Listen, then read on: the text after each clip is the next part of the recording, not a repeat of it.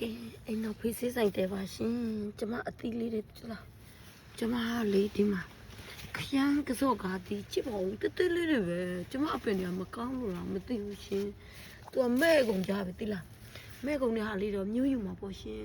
ခရမ်းကစော့ကားဒီသူကကျမတွေ့ဘူးတာအလုံးကြီးတယ်လို့ပဲကျမအလုံးလေးတွေကကျမကြည့်ရတာသေးတယ်ရှင်အားမရဘူးပေါ့အားမရဘူးဆိုတော့ကျမလည်းဘယ်လိုလုပ်ရမလဲကျမဆေးတော့မဖြောင်းဘူးရှင် organic ပေါ့organic ဘယ်လိုစိုက်ရမလဲအလုံးလေးတွေကဒီမှာကြည့်ပါဦးအဲ့လိုတဲလေးတွေပဲရင့်ကုန်ကြတာရှင်ကျမကလေသေးသေးတယ်ဆိုပြီးတော့ကြီးလာမယ်စောင့်နေတာပေါ့ရှင်သူကမကြီးလာခရမ်းဒီလေးတွေကတော့ရှင်ဒီမှာကြည့်စိုက်ထားတယ်ဆိုရင်လေအိမ်တော့ဖေးဆေးဆိုင်တဲပါနော်ကျမအဲ့လိုမျိုးသလားဒီမှာသူအလုံးလေးသူလေးတွေသလားတီးကုန်ကြတာပေါ့နော်လာဆက်စားလို့ရတယ်အဓိက organic ပေါ့နော်ကျမတို့ကသူများစိုက်တာဆိုရင်တော့ရှင် organic ဆိုတော့ဈေးကြီးတယ်ပြီးတော့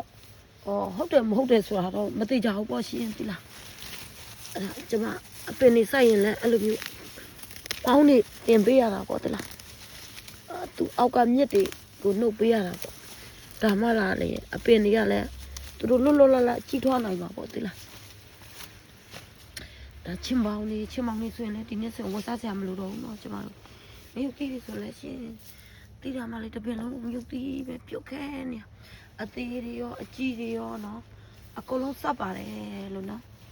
အကုန်လုံးစပ်ပါတယ်ခရမ်းပင်မှလည်းကြည့်ပါဦးခရမ်းတီးတွေခရမ်းကျွတ်တီးတွေဒါခရမ်းကျွတ်တီးတွေကျမတို့တော့တော့မစားနိုင်ဘူးရှင်ဒါကတခွားတွေပေါ့เนาะတခွားတွေကောင်းလာပြီကျမကတော့ပြီးခဲ့တဲ့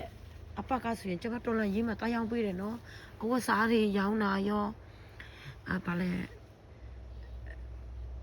အဝတ်စားတွေရောင်းတာရောအသီးရွက်တွေရောင်းတာရောကျမဒေါ်လာ300လူနိုင်တယ်ပေါ့ရှင်တော်လန်ရေးဦးရပုံကြီးစေးအောင်ပို့တော့မှာကျမတော့တအားဝမ်းသာသလားကျမအပင်လေးတွေကတန်ဖိုးရှိတယ်နော်ရွှေပင်ငွေပင်တင်မဟုတ်ပါဘူးနော်ကျမတို့တော်လန်ရေးအတွက်အပင်လေးတွေပါလို့နော်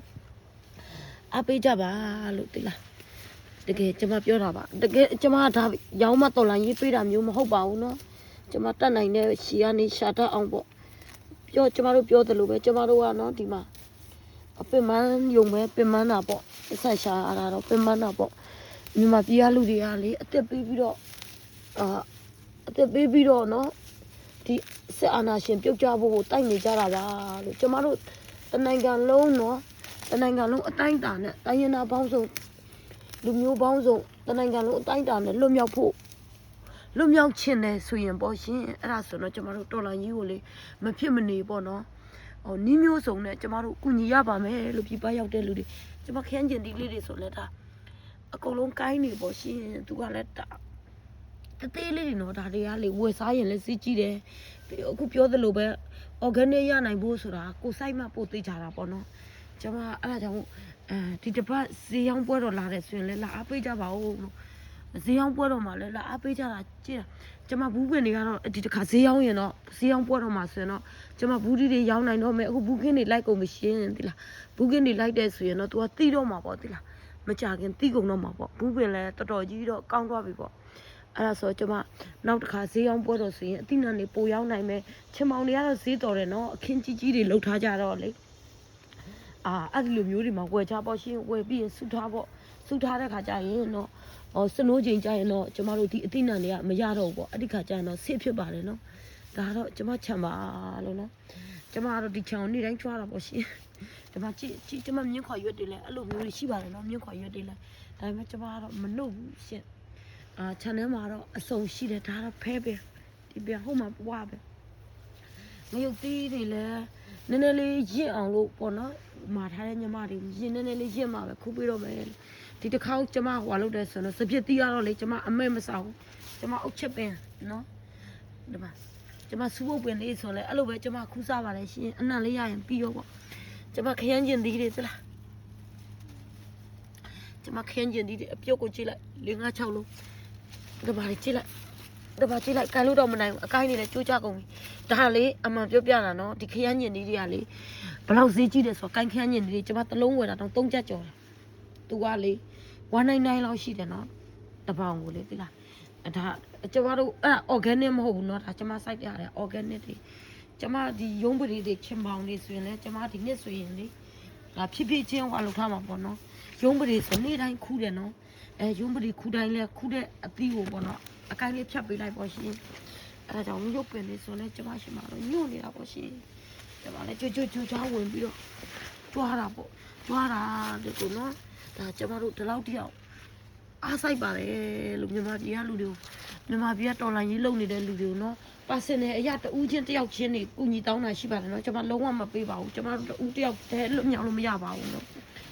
အကုန်လုံးတနိုင်ငံလုံးအတိုင်းတာနဲ့လွတ်မြောက်မှတာအလျင်ဒီမှာကျမခင်းညင်းနေတယ်ကောင်းမကောင်း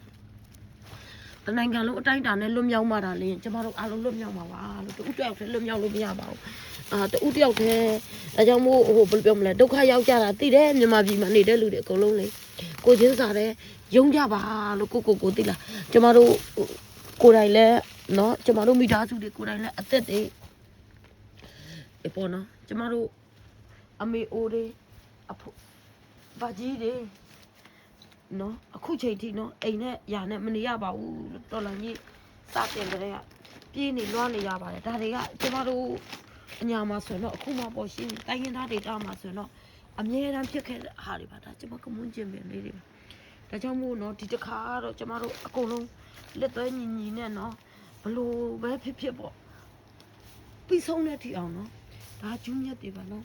ဂျူးမြက်တောင်းထားတဲ့ညီမလေးလဲလေဟိုနေ့အမထဲ့တယ်နော်ညီမအကောလုံးဝလိုက်ရှာလို့မတွေးတော့အဲ့ဒါဆိုတော့အမကိုမက်ဆေ့မှာဆက်တွဲပြီးတော့လာယူပါလို့အမပေးထားတဲ့ဂတိကိုတီးဖို့အဲ့ဒါညီမလေးဗာလဲအမရှိမှာမက်ဆေ့ဟိုင်းလုပ်ခဲ့ပါလို့ဂျူးမြက်ရပြီလားအမလို့မေးပေးပါလို့နော်ကဲအားလုံးကိုကျေးဇူးတင်ပါတယ်ရှင်ကျမတို့အဓိကပြောချင်တာကတော့တော်လန်ကြီးကိုမဖြစ်မနေ